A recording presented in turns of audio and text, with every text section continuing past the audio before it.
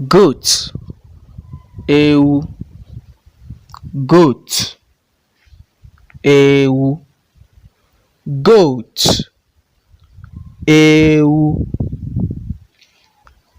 We have goat. Anyị nwere ewu. We have goat. Anyị nwere ewu. We have goat. Anyị nwere ewu. My mother has black goat. Nne m nwere ewu ojii. My mother has black goat. Nne m nwere ewu ojii. Our goat is big. Ewu anyị buru ibu. Our goat is big. Ewu anyị buru ibu. Our goat is big.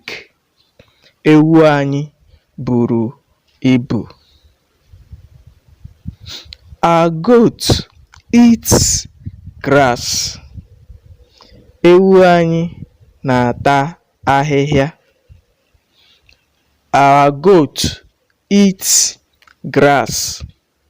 Ewu anyị na-ata ahịhịa. Our goat eats grass. Ewu anyị na-ata ahịhịa. My mother will buy another goat.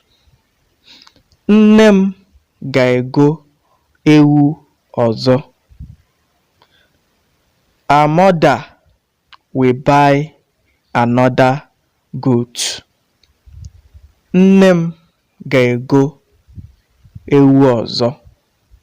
Our mother will buy another goat. Nne m ga-ego ewu ọzọ. I like white goat. Ewu ọcha masịrị m. I like white goat. Ewu ọcha masịrị m. I like white goat. Ewu ọcha masịrị m. Our goat has two horns. Ewu anyị nwere mpi abụọ. Our goat has two horns. Ewu anyị nwere mpi abụọ.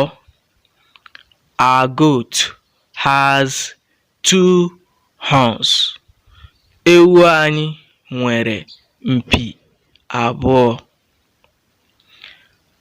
Our goat runs. Ewu anyị na-agba ọsọ. Our goat runs.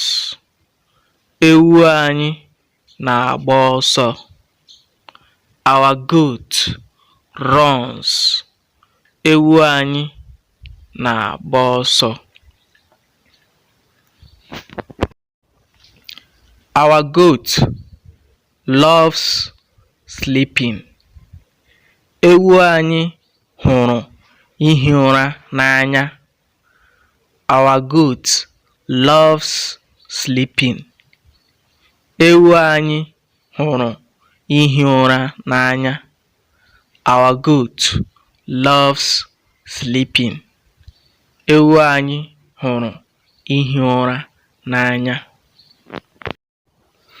Our goat has 4 legs. Ewu anyị nwere ụkwụ anọ. Our goat has 4 legs. Ewu anyị nwere ụkwụ anọ. Our goat has 4 legs. Ewu anyị nwere ụkwụ anọ.